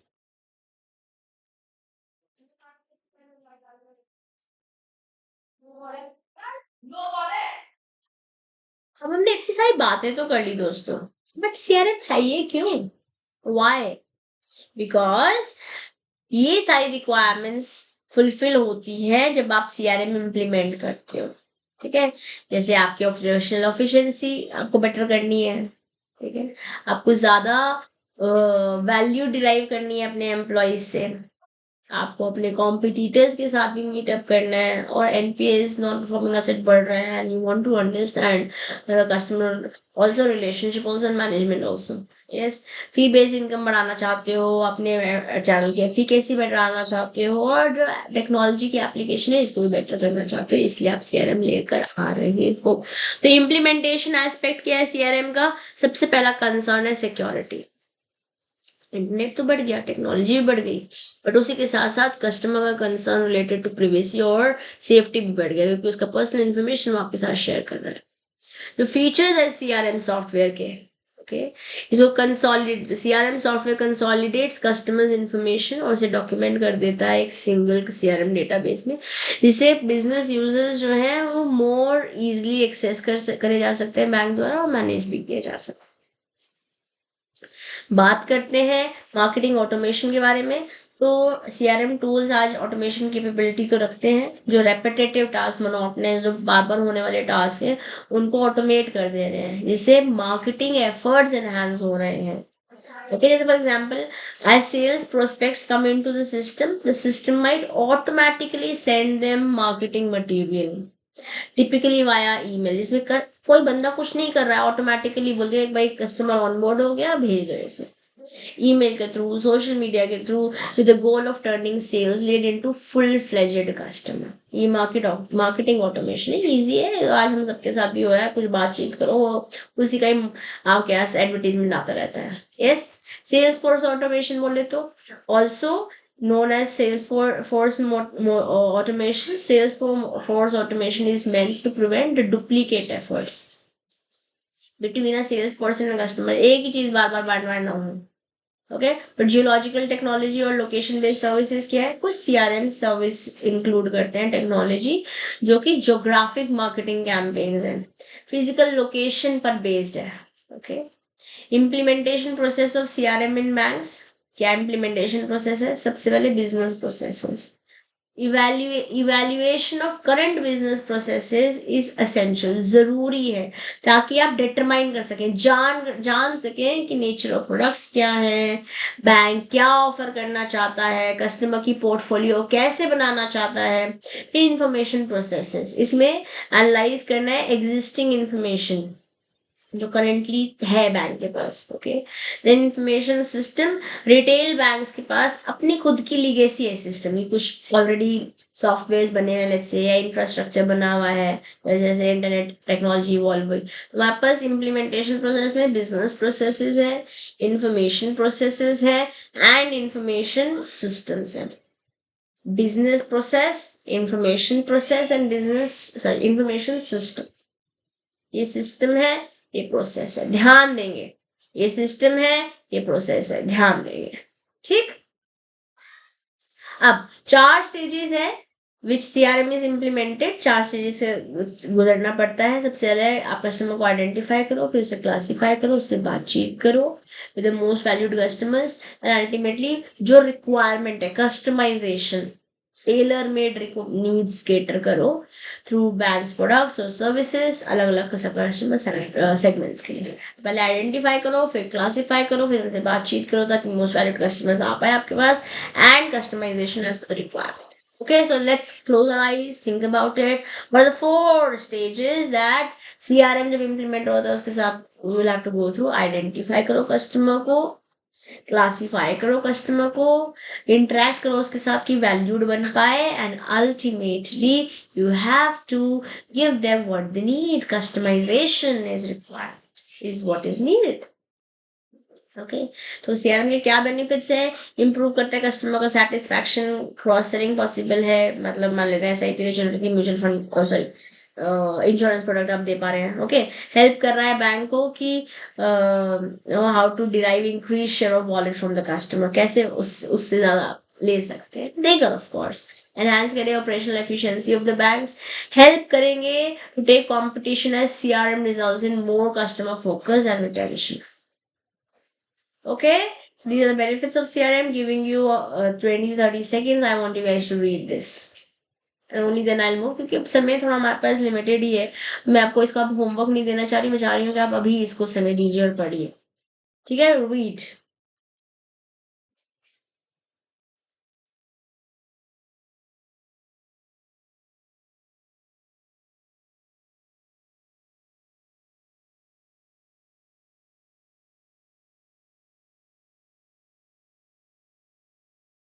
ओके, चलिए आगे बढ़ते हैं यूनिट 21 की ओर। यूनिट 21 बात करता है service standards for retail banking. बस इसके बाद एक और यूनिट, आज का सेशन अपनी आखिरी सांसें गिन रहा है। ओके, तो banking codes and standard board of India BCSBI, हमारे पास 2 कोड है, एक कस्टमर्स रिलेटेड डिटेल में और एक हमारे पास MSME है। इसके MMPP में बातचीत करके आए हैं। 2003 में RBI ने एक कमेटी बनाई थी, performance and procedure audit of public services. इसकी चेयरमैनशिप के अंदर under the chairmanship of Shri SS Tarapur, जो कि फॉर्मर डेप्यूटी गवर्नर थे हमारे RBI के। इम्पॉर्टेंट, यहाँ से आपसे एग्जाम में क्वेश्चन पूछा जा सकता है। ऑब्जेक्टिव क्या है इस कमेटी का, कि एड्रेस किया जा सके इश्यूज जो कि बैंक की सर्विसेज के लिए जरूरी है, मतलब लोगों तक पहुंचने के लिए जरूरी है। तो BCSBI बोले तो banking codes and standard board of India ने कोलैबोरेट किया IBA के साथ, इंडियन बैंक्स एसोसिएशन के साथ, और 2 कोड बनाए। कस्टमर से related commitment, code of banks commitment to customer, And Code of Bank's commitment to MSME, micro small enterprises. Actually, it is only micro and small enterprises and not micro, small and medium enterprises. Okay, which have been voluntarily adopted by member banks. अपने आप ले लिया ये. BSBI prescribe करती है अलग अलग compliance requirements for promises made by the banks to offer, मतलब अल्टीमेटली कस्टमर को सेटिस्फाई करना है, उसकी कोई प्रॉब्लम है उसे उसकी ग्रेवियंस को हैंडल करना है, और जो कॉन्टिन्यूस लेट्स से रिपीटेड प्रॉब्लम्स आ रही हैं तो उसके लिए बोर्ड जो कमेटी बनी है या जो बोर्ड होगा आपका बैंक का इंडिविजुअल उस पर काम करे भैया, उसको कैसे सोल्यूशन प्रोवाइड करना है उस पर देखा जाए. Okay, prescribed various compliance requirements or promises made by bank for offering services to retail banking customers, और फिर उसको जो भी प्रॉब्लम्स है उसको कोडिफाई किया जा सके, डॉक्यूमेंट किया जा सके, जो कमिटमेंट है बैंक से जो वादा किया है वो निभाना पड़ेगा.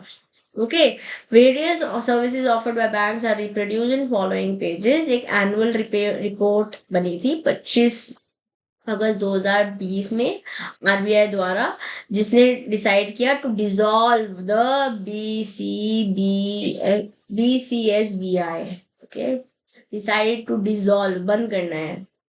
फिर आरबीआई ने 2006 में, मतलब बेसिकली जो 2020 की बात है तो, बट मैं अगर रेफरेंस हो हिस्ट्री बताऊं, 2006 में बीसीएसबीआई बना था.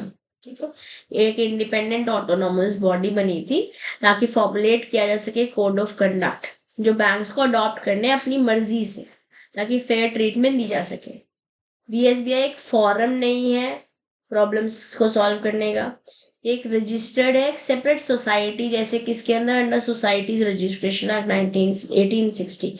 अब यहाँ से आपसे ये जो पूरा ये मैं आपको मार्क कर रही हूँ, this is very important, very important. यहाँ से स्टेटमेंट बेस्ड क्वेश्चन पूछ लिए जाएंगे आपसे, ट्रू फॉल्स. एक ऑटोनोमस बॉडी फॉरम नहीं है, और सोसाइटीज एक्ट के अंदर ये रजिस्टर हुआ है. कोड क्यों बनाया गया था? To promote good and fair banking practices. एक मिनिमम स्टैंडर्ड बता दिया कि ये फॉलो करना पड़ेगा. Increase transparency so that you can have a better understanding of what you can reasonably expect from the services as a customer. ठीक है, transparency दे दी कि आपको ये चाहिए, मांग सकते हैं. ठीक है, मार्केट फोर्सेस एनकरेज करें कंपटीशन से to achieve higher operating standards. एक फेयर कोडियल रिलेशनशिप बना सके बैंक और कस्टमर के बीच में, और कॉन्फिडेंस है बैंकिंग सिस्टम में लोगों को. ठीक है, जो कोड बनाया है, कमिटमेंट बनाया, कोड ऑफ बैंक्स कमिटमेंट जो कस्टमर को रिव्यू किया गया 2009 में, पहले 2006 में बना, फिर 2009 में रिव्यू किया गया आईबीए के साथ कोलैबोरेशन में. एजेंडा ये था कि रिव्यू किया जा सके to bring better greater transparency, efficient grievance redressal system. Platform नहीं है बट ये ध्यान रखेंगे, और एनहांस किया जा सके मिनिमम स्टैंडर्ड प्रैक्टिसेस जो कस्टमर्स को सर्विस प्रोवाइड करते हुए बैंक को फॉलो करनी चाहिए. जो प्रोडक्ट्स कवर हुए हैं इस बीसीएसबीआई के अंदर, current account, saving account, term deposit, recurring deposit, PPF account, और सारे अलग तरह के डिपॉजिट अकाउंट इसमें कवर हो रहे हैं. पेमेंट सिस्टम जैसे कि पेंशन है, पेमेंट ऑर्डर्स है, कोई पैसे भेजने हैं, कोई डीडी है, कोई इलेक्ट्रॉनिक ट्रांसफर है, आरटीजीएस है, एनईएफटी सब. और बैंक्स में bank service related to government transaction also, because सरकार भी तो बैंक का इस्तेमाल करती है ना, डीबीटीज, ईबीटीज एक्सेट्रा के लिए. चेक्स कलेक्ट करने हैं, सेफ कस्टडी है, कुछ डिपॉजिट लॉकर है, लोन्स है, ओडी है, गारंटीज है, फॉरेन एक्सचेंज सर्विसेज जैसे कोई मनी चेंज करना है, थर्ड पार्टी इंश्योरेंस है, इन्वेस्टमेंट प्रोडक्ट्स हैं, ये सब कवर हो जा रहे हैं इस बीसीएसबीआई के अंदर. कार्ड प्रोडक्ट्स हैं जैसे credit card, debit card, ATM card, smart card, POS, digital products जैसे कि e wallets, mobile banking, internet banking, UPI, भीम, Aadhaar pay, all of these are the products that are covered under BCSBI. But आज तो 2020 में इसको discard ही तरीके से कर दिया है. ठीक है, चलिए की कमिटमेंट्स क्या है of member banks to customers. सबसे पहले तो फेयर ट्रीटमेंट दो, मिनिमम बैंकिंग फैसिलिटी प्रोवाइड करनी है. ठीक है, जब आप दे रहे हैं, चाहे वो पैसे लेने की है, चाहे देने की है, या स्वयं नोट एक्सचेंज करने की है, कैश देना है, चेक देना है, बैंक के काउंटर पे, या कोई कैशलेस ट्रांजैक्शन भी कर रहे हैं, fairly you have to treat. There is a right to transparency, fairness, honesty in dealing. Customer को टाइमली और एडिक्वेट इन्फॉर्मेशन देनी पड़ेगी about them, and also the necessary safeguard and the necessary safeguard in any one or more of the following languages. एक इससे ज्यादा language भी हो सकती है, हिंदी, इंग्लिश, या अगर मान लेते हैं महाराष्ट्र में है तो मराठी हो गई, गुजरात में है तो गुजराती हो गई। तो ट्रांसपेरेंटली बातचीत करनी है। कैसे? मैसेजेस भेज के, ईमेल्स भेज के, इलेक्ट्रॉनिक और प्रिंट मीडिया के थ्रू, वेबसाइट के थ्रू, या ब्रांच पे नोटिस लगा के, इस तरीके से आपको इन्फॉर्मेशन ट्रांसपेरेंसी से देनी है। राइट टू सूटेबिलिटी, तो हमने कौन कौन पढ़ी? Right to fair treatment, right to on transparency, honest dealings and fairness. And now let's talk about right to suitability. Right to suitability में जो मेंबर बैंक्स हैं वो ऑफर करेंगे प्रोडक्ट जो कि कस्टमर की नीड से तालमेल बिठा रहे हैं, अप्रोप्रिएट है। ठीक है, आपने फाइनेंशियल सर्कमस्टांसेस समझे कस्टमर के और उसके बेसिस पे आप ऑफर कर रहे हैं। जो एडवर्टीजमेंट है, मार्केटिंग है, सेल्स है। ठीक है, clause 8.18 on third party products of code of banks commitment customer 2018 में आया था। राइट टू प्रिवेसी, इंफॉर्मेशन दी है मैंने as a customer to you as a bank, आप इसको कैसे भी नहीं यूज कर सकते भाई। मेंबर्स को सारी पर्सनल इन्फॉर्मेशन को प्राइवेट रखना पड़ेगा, कॉन्फिडेंशियल रखना पड़ेगा। इसमें हम यूनिट 5 में बात भी करके आए प्रिवेसी एंड कॉन्फिडेंशियल कोड के बारे में, है ना। Right to grievance redressal and compensation, अगर मेरे को कोई प्रॉब्लम है एज अ कस्टमर तो मेरे ग्रीवेंस को सुनो भैया, उसको रिड्रेस करो, उसको सोल्यूशन प्रोवाइड करो। और अगर बियॉन्ड जो टाइम लिमिट बता रखी है आरबीआई की गाइडलाइंस में, या जो आपने मुझे वादा किया वो आप फॉलो नहीं कर रहे हैं, तो कंपनसेशन भी देना पड़ेगा। आपकी जो कोई प्रॉब्लम, अगर आपकी तरफ से कोई मिस्टेक हुई है, ठीक है, उसको सबसे पहले तो जल्दी डील करो, कैंसिल करो सारे बैंक के चार्जेस अगर आपने गलती से लगा दिए हैं। कंपनसेट करो कस्टमर को अगर उसको कोई तरीके का फाइनेंशियल लॉस हुआ है बैंक की गलती की वजह से, in terms of bank compensation policy. And handle करो कंप्लेन, जो भी कंप्लेन कस्टमर की आई है उसे जल्दी हैंडल करिए। ठीक है, वैसे ही हमारे पास माइक्रो एंड स्मॉल एंटरप्राइजेज है, 2008 में आया था, ये 2006 में आया था कस्टमर्स वाला। ये मिनिमम स्टैंडर्ड देता है कि बैंकिंग को ये प्रैक्टिसेस फॉलो करनी पड़ेगी जब माइक्रो स्मॉल एंटरप्राइजेस के साथ डील कर रहे हो अंडर एमएसएमई एक्ट 2006, इसके बारे में बातचीत करके आप पीपीबी में आए हैं। ओके, एजेंडा क्या है इस कोड का, जो कि माइक्रो एंड स्मॉल एंटरप्राइजेस के लिए है? एक पॉजिटिव थ्रस्ट दिया जाए माइक्रो स्मॉल एंटरप्राइजेस पर।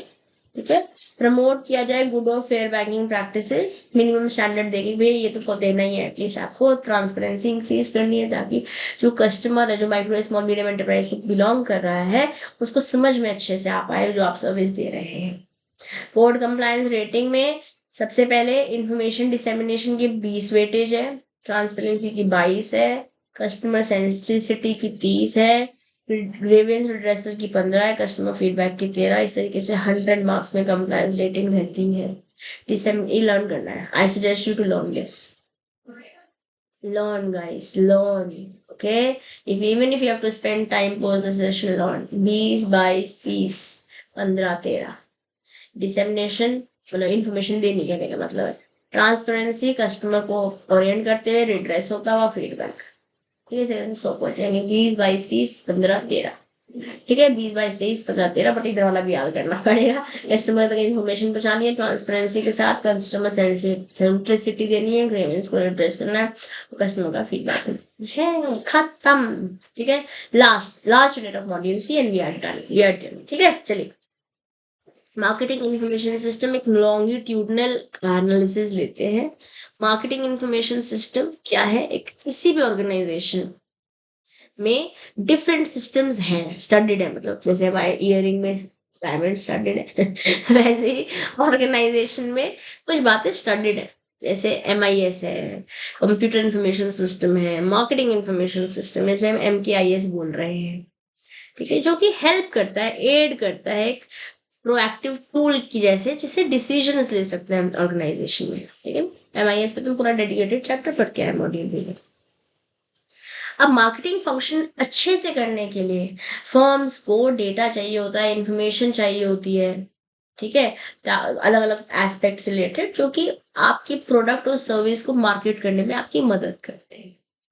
जब मार्केटिंग इन्फॉर्मेशन के बारे में जो मैं बात कर रही हूँ, यहाँ पे हम टेक्नोलॉजी का इस्तेमाल कर रहे हैं रेलेवेंट डेटा के लिए, मार्केट के लिए, कैसे सेल्स करना है, कैसे प्रमोशन करना है, प्राइस कैसे मीट करना है कॉम्पिटिटर्स के साथ, कैसे गुड्स और सर्विसेज को एलोकेट करना है। अब इस इंफॉर्मेशन को जब आप ले लेते हो एज अ बैंकर, आपको ऐसे इंफॉर्मेशन आ जाती है, तो आप मार्केट को या मार्केट के एनवायरनमेंट को ज्यादा अच्छे से समझ पाते हो और अकॉर्डिंगली आप डिसीजंस बेटर ले पाते हो ऑर्गेनाइजेशन के हित के लिए। तो ये मार्केटिंग इंफॉर्मेशन बोल रही हूँ मैं, सिस्टम है MIMKIS, ये मार्केटिंग इंफॉर्मेशन सिस्टम एक टूल है जो मार्केटिंग को मैनेज करने से रिलेट करता है। जो प्रिंसिपल फंक्शंस हैं MKIS के, वो है हमारे पास कि आपको डेटा को कलेक्ट करना है, असेंबल करना है, उस डेटा को प्रोसेस करना है, समझना है, स्टोर करना है और फिर अकॉर्डिंगली इंफॉर्मेशन को बांटना है, भेजना है, डिसेमिनेट करना है। ओके, कैरेक्टरिस्टिक्स क्या है मार्केटिंग इंफॉर्मेशन सिस्टम के? कंप्यूटर बेस्ड है, जल्दी है, सिलेक्टिव है, एक्यूरेट इंफॉर्मेशन आ रही है, इजीली एक्सेसिबल है, इंटरलेटेड कंपोनेंट है, मतलब कस्टमर का बैंक के अलग अलग डिपार्टमेंट के साथ, फ्यूचर ओरिएंटेड है, डिसीजन मेकिंग में मदद करता है, कंसिस्टेंट इन्फॉर्मेशन, ऐसा नहीं कि यहाँ पे कुछ हो रहा है यहाँ पे कुछ हो रहा है, और हर एक लेवल ऑफ मैनेजमेंट में रिलेट करता है, एप्लीकेबल है। जो MKIS है हमारा कंप्यूटर बेस्ड इंफॉर्मेशन है, जो हमने बोला ये है ना, मैं क्या बोला, मार्केटिंग इंफॉर्मेशन सिस्टम सारी इंफॉर्मेशन लेगा, गैदर करेगा, एनालाइज करेगा और फिर कंप्यूटर डिवाइसेस का इस्तेमाल करते हुए कम्युनिकेट करेगा और यूजफुल मार्केट इंफॉर्मेशन को माइक्रोफिल्म्स में स्टोर भी कर लेगा। यहाँ से आपसे एग्जाम में क्वेश्चन पूछा जा सकता है, ठीक है। अब क्विक सिलेक्टिव एक्यूरेट इंफॉर्मेशन देगा। ऑर्गेनाइजेशन के पास रेलिवेंट डेटाबेस तो होगा ना MKIS के लिए, विच can B immediately and accurately use. जब भी आपको जरूरत है निकालो, आप कैसे इन्फॉर्मेशन स्टोर है, इजीली एक्सेस कर सकते हो, इस इन्फॉर्मेशन को देख सकते हो, यूटिलाइज कर सकते हो कंप्यूटर सिस्टम से। इंटरलेटेड कंपोनेंट है, जैसे कि मैंने अभी आपको बताया, मार्केटिंग, डिसीजन और कम्युनिकेशन में 4 कंपोनेंट्स हैं इंटरलिंक्ड, ठीक है। Information, that is information provided by one element is useful for the function of other aspect. एक चीज दूसरी चीज में इस्तेमाल होने वाली है, इंटरलेटेड है कहने का मतलब, ठीक है। फ्यूचर ओरिएंटेड है कहने का मतलब है जो आप स्ट्रैटेजीज बना रहे हो, जो प्लान कर रहे हो फ्यूचर में, वो आज इंफॉर्मेशन पे बेस रहेगा, फ्यूचर में क्या जरूरत हो सकती है।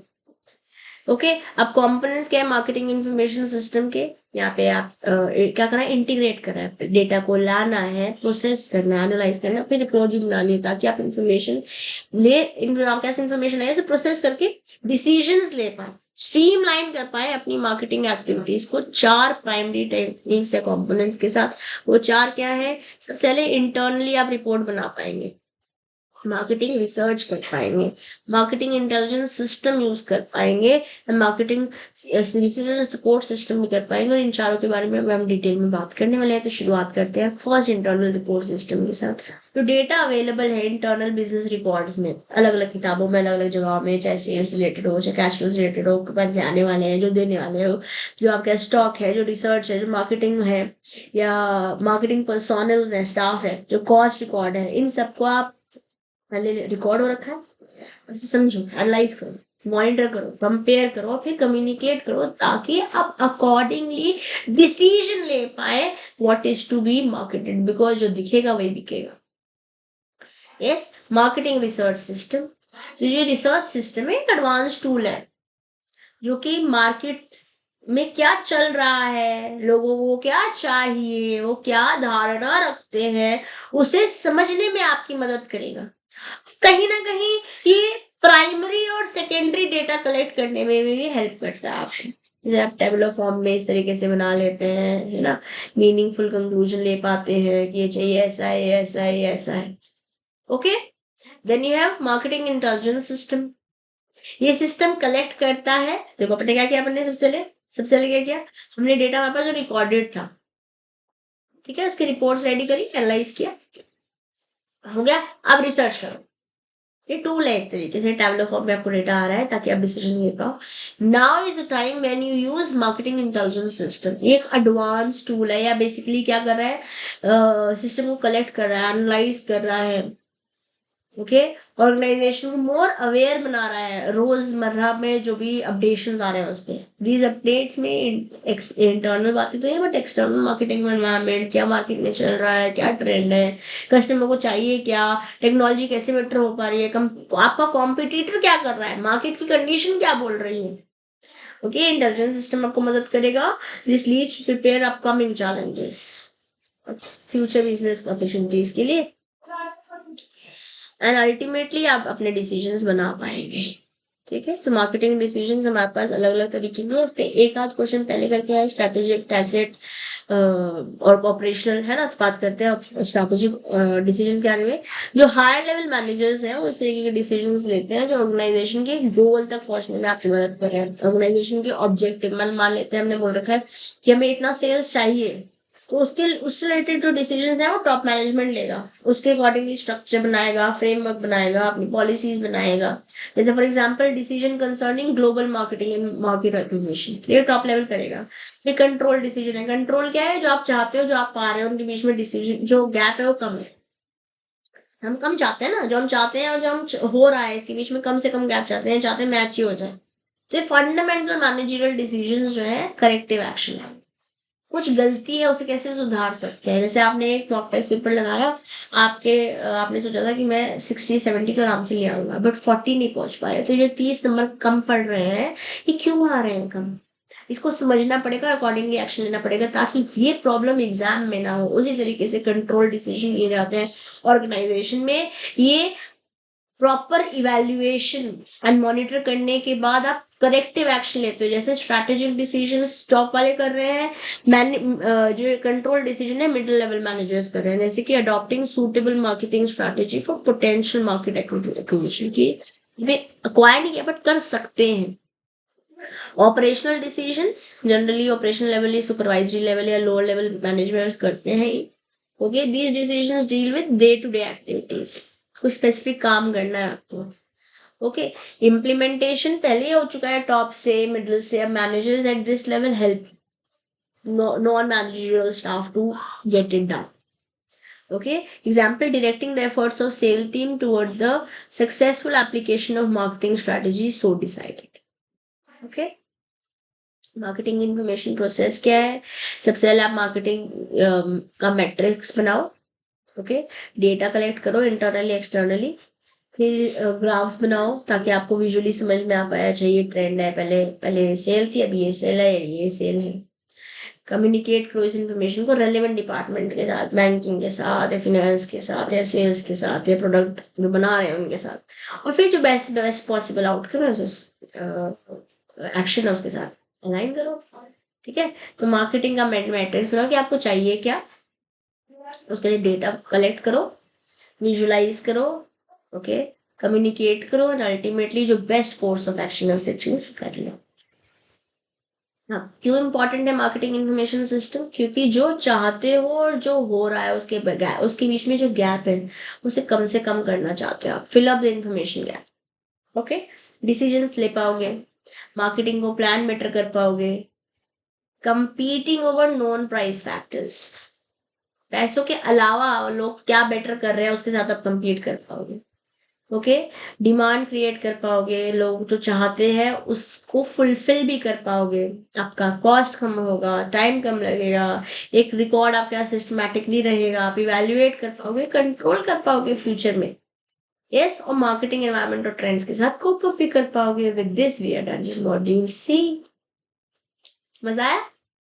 ठीक है, खत्म हो गया हमारा ये टॉपिक, पूरा मॉड्यूल सी हो गया डन। एमसीक्यूज मॉड्यूल डी के स्टार्ट करने से पहले मैं इंक्लूड कर लूँ ताकि आपको एक एक्सपोजर मिल जाए क्वेश्चंस का जो मैंने इंडिविजुअल चैप्टर से बात दे रखा है।